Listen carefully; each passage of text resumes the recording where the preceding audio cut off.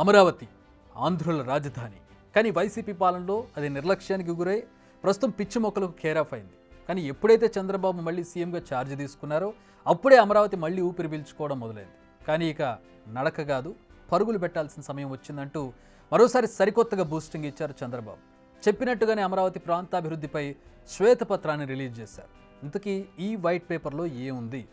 రాజధాని ప్రాంత అభివృద్ధిపై చంద్రబాబు ఏమన్నారో ఒకసారి చూద్దాం. తాము ఆంధ్రుల అభివృద్ధికి కేరాఫ్గా ఉండేలా అమరావతిని అభివృద్ధి చేద్దాం అనుకున్నామని, కానీ అమరావతిని ఎంత నాశనం చేయాలో అంతా చేసి వదిలేశారంటూ చంద్రబాబు ఆవేదన వ్యక్తం చేశారు. ఒకానొక టైంలో ఎమోషనల్ కూడా అయ్యారు ఆయన. ఇది నిజమే, ఎందుకంటే అమరావతి ఎక్కడ వేసిన గొంగళి అక్కడే అన్నట్టుగా ఉంది. చంద్రబాబు ఎక్కడైతే వదిలి వెళ్ళారో అది అక్కడే ఉంది. ప్రతి గ్రామం నుంచి మట్టి తీసుకొచ్చి అమరావతిలో ఉంచారు. యమునా నది నీరు, పార్లమెంటు మట్టిని ప్రధాని మోడీ తీసుకొచ్చారు. దేశంలోని ప్రముఖ ఆలయాల పవిత్ర జలం మట్టి తీసుకొచ్చారు. 29,000 మంది రైతులు 34,400 ఎకరాల భూమి ఇచ్చారు. రైతులకు, రైతు కూలీలకు అక్కడ పరిహారం కూడా ఇచ్చాం. ప్రభుత్వం భూమి, రైతులు ఇచ్చిన భూమి అంతా కలిపి 53,745 ఎకరాల భూమి ఉంటే వైసీపీ ప్రభుత్వం చేసింది ఏంటి? ఏమీ లేదు. సింగపూర్ లాంటి సిటీని చేద్దామనుకుంటే ఘోస్ట్ సిటీగా మార్చేశారు. ఇది సీఎం చంద్రబాబు నాయుడు చేసిన విమర్శలు అమరావతిని ఉద్దేశించి.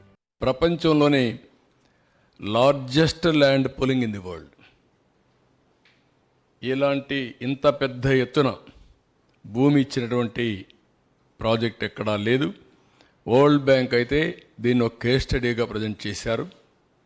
34,415 సెంట్లు, 29,966 మంది ఫార్మర్లు వాలంటరీగా స్వచ్ఛందంగా ముందుకొచ్చి ఒక్క లిటిగేషన్ లేకుండా హ్యాండ్ ఓవర్ చేశారు. మేము ఈ ల్యాండ్ మీకు ఇస్తున్నాం, మీరు ఇంటర్న్ మాకేమి ఇస్తారు. ఇద్దరూ కలిసి ఒక అవగాహనకు వచ్చి తర్వాత దానికి సిఆర్డీలో పాస్ చేశాం, క్యాబినెట్లో పాస్ చేశాం, వీళ్ళకి మళ్ళా అథారిటీ ఇచ్చాం, మీరు అగ్రిమెంట్ చేసుకోమని అవన్నీ చేశారు. ఆ బైండింగ్ అగ్రిమెంట్ చేసుకొని ముందుకు పోయారు. 10 years. ఇక్కడ మీరు చూస్తే 30,000 రూపాయలు డ్రై ల్యాండ్కి, 50,000 రూపాయలు వెట్ ల్యాండ్కి ఆ రోజు యాన్యుటీ ఇచ్చాం. సంవత్సరానికి డబ్బులు ఇస్తాం, 10 ఏళ్ళు ఇస్తాం. 10 ఏళ్ళ తర్వాత ముందుగా ఉంటే మీరు అమ్ముకోండి, అప్పటి వరకు ఇచ్చి ఆ తర్వాత మీరు అమ్ముకోండి, అప్పుడు రేట్ వస్తుందని చెప్పి ఇవ్వడం జరిగింది. అమరావతి చేసిన పాపం ఏంటి అని చంద్రబాబు ప్రశ్నించారు. కరుడుగట్టిన ఉగ్రవాదులు కూడా అమరావతిని వ్యతిరేకించరని, కానీ కొందరు అర్థం లేకుండా విచక్షణ కోల్పోయి అమరావతిని అభివృద్ధి కాకుండా అడ్డుకున్నారని తెలిపారు. 1631 రోజులు అమరావతి రైతులని, మహిళల్ని ఎన్ని రకాలుగా హింస పెట్టొచ్చో అన్ని రకాలుగా వాళ్ళని హింసించారంటున్నారు చంద్రబాబు. ఒక వ్యక్తి మూర్ఖత్వం, కక్ష, తుగ్లక్ నిర్ణయాలు 5 కోట్ల మంది ఆంధ్రులకు శాపాలయ్యాయంటూ మాజీ సీఎం జగన్పై విరుచుకుపడ్డారు చంద్రబాబు. భూమి ఇచ్చిన వాళ్ళు రోడ్డు మీద పడ్డారు. ఎన్ని అవస్థలంటే ఇలాంటి అమ్మాయిలందరినీ, మహిళల్ని ఎంత అవమానం చేయాలో అంత అవమానం చేశారు. తిరుపతి యాత్రకు వెళితే ఎంత రోడ్డు మీద మట్టిలో గులకరాళ్ళలో కూర్చొని భోజనం చేసే పరిస్థితికి వచ్చారు. పక్కన హాల్స్ కూడా ఇవ్వనీయకుండా చేశారు. ఒక రాజకీయం కాదు, ఊర్లోకి పోతే ఇది చేశారు. కడాన శ్రీకాకుళం వరకు పోవాలని యాత్రకు పోతే మధ్యలోనే దాడులు చేస్తే అక్కడనే వదులుకొని వచ్చే పరిస్థితికి వచ్చారు. ఇప్పుడు ప్రాజెక్ట్ కాస్ట్ ఇంక్రీజ్ అయింది, లాస్ కూడా మొత్తం ఓవర్ రన్ కానీ అన్నీ దెబ్బతిని 165 కోట్లు. క్రెడిబిలిటీ వల్ల, కాన్ఫిడెన్స్ వల్ల ఇచ్చేవాడు కూడా డబ్బులు పెట్టుబడి పెడతారు, తక్కువ ఇంట్రెస్ట్ రేట్ కూడా ఇచ్చే పరిస్థితి వస్తుంది. ఇన్వెస్టర్స్లో దెబ్బతిన్నాం, బ్రాండ్ ఇమేజ్ పోయింది. రాజధాని లేకుండా 3 రాజధానులు ఆడుతూ 10 ఏళ్లుగా రాజధాని లేకుండా పోయే పరిస్థితి వచ్చింది. 9 విభాగాల్లో అమరావతి హబ్గా మారాలని ఆకాంక్షించామని, financial, knowledge, tourism, electronic, health city ప్రతిపాదించామని, కానీ జగన్ వచ్చాక అమరావతిలో జరుగుతున్న పనులను ఆపేశారని, అధికారంలోకి వచ్చిన వెంటనే ప్రజావేదిక కూల్చేశారని, ఏ కట్టడం కట్టాలన్నా 10 సార్లు ఆలోచిస్తాం, కానీ చాలా సింపుల్గా కూల్చేశారు, కావాలని ఆ శిథిలాలను తొలగించలేదని మరోసారి గుర్తు చేశారు చంద్రబాబు. అక్కడి నుంచి 3 రాజధానులు అనౌన్స్ చేయడం, ఆ నుంచి బీసీజీ రిపోర్ట్ ఒకటి తేవడం, జీఎన్ రావు కమిటీ వేయడం, క్యాబినెట్ సబ్ కమిటీలు వేయడం, ఎన్ని విన్యాసాలు చేయాలనో అన్ని విన్యాసాలు చేసి విధ్వంసానికి ఏం చేయాలో అన్నీ చేసే పరిస్థితి. ఈ విధంగా ఉన్నటువంటి ప్రజావేదిక ఈ విధంగా తయారు చేశారు. అది అట్లే ఉంది ఇప్పటికి కూడా. దాన్ని కూడా మిమ్మల్ని కూడా అడిగాం. చాలామంది అంటున్నారు శాశ్వతంగా అట్నే ఉండాలి, అక్కడి నుంచే స్ఫూర్తి రావాలి, ప్రజల్లో కూడా కసి పెరగాలి. అది చూసినప్పుడంతా కసి పెరిగి మేమందరం కలిసి రాష్ట్రాన్ని అభివృద్ధి చేయాలనే కక్షతో పనిచేసే పరిస్థితి రావాలని చెప్పి కోరుతున్నారు. అది కూడా ఒకసారి ఆలోచించి సబబుగా అనిపిస్తుంది. మనం దాన్ని అట్లే పెట్టాల్సిన అవసరం ఉంది. ఇదంతా గతం.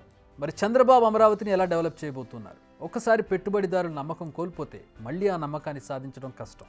మరి వారిని ఎలా ఒప్పిస్తారు చంద్రబాబు? ఏ విధంగా మళ్ళీ నిర్మాణాలను ప్రారంభిస్తారు? ఇవి ఇప్పుడు ఆయన ముందున్న సవాళ్ళు. అయితే శిథిలాల నుంచే బంగారు భవిష్యత్తుకు నాంది పలుకుతామంటున్నారు సీఎం చంద్రబాబు. ఇప్పటికే అమరావతిలో పనులు ప్రారంభమయ్యాయని, అంచెలంచెలుగా పనులు పూర్తి చేస్తామని కూడా ఆయన చాలా కాన్ఫిడెంట్గా చెప్తున్నారు. ఎవ్వరు కూడా మరీ ఇలాంటి మెంటల్ ఫెలోస్ వస్తే తప్ప ఇంతవరకు ఇండియా చరిత్రలో రాజధాని మారుస్తా అన్నాడు ఎవడు లేడు. స్వతంత్రం వచ్చిన తర్వాత ఎవరన్నా ఉన్నారా? నాకు తెలియదు, మీరు చెప్పాలి. నేను కూడా 45 ఏళ్ళు రాజకీయాల్లో ఉన్నా, అట్ ది హెల్మ్ ఆఫ్ అఫేర్స్లో ఉన్నా. నేను ఎవరిని చూడలా. First time I'm seeing a different politician. అలాంటి తిక్క వాళ్ళ దగ్గర, పిచ్చోళ్ళ దగ్గర కూడా రాష్ట్రాన్ని కాపాడడానికి ఏం చేయాలని ఆలోచించాలి ఇప్పుడు. Not only for Andhra Pradesh, it is a case study for the country. దేశానికి కూడా ఒక కేస్ స్టడీ ఇది. ఇప్పుడు నా ఇంటెన్షన్స్ ప్రజలు అర్థం చేసుకునేట్టుగా నేను చెప్పలేకపోవడం కూడా నా తప్పు కావచ్చు, లేకపోతే వాళ్ళు కూడా ఒకసారి ఎమోషనల్గా డిస్టర్బ్ కావచ్చు. రాష్ట్రం సఫర్ అయింది, అందరం సఫర్ అయ్యాం. మళ్ళీ దాన్ని అక్కడి నుంచి స్టార్ట్ చేసి ముందు తీసుకుపోవడం తప్ప ఎన్నికపోయే సమస్య ఉండదు. It is a continuous process. ఈరోజే కూర్చొని ఇన్వెస్టర్స్ అందరినీ మీరు అందరూ వచ్చేయంటే వారు ఒక మాట చెప్పారు, 130 మంది యాక్సెప్ట్ చేశారు.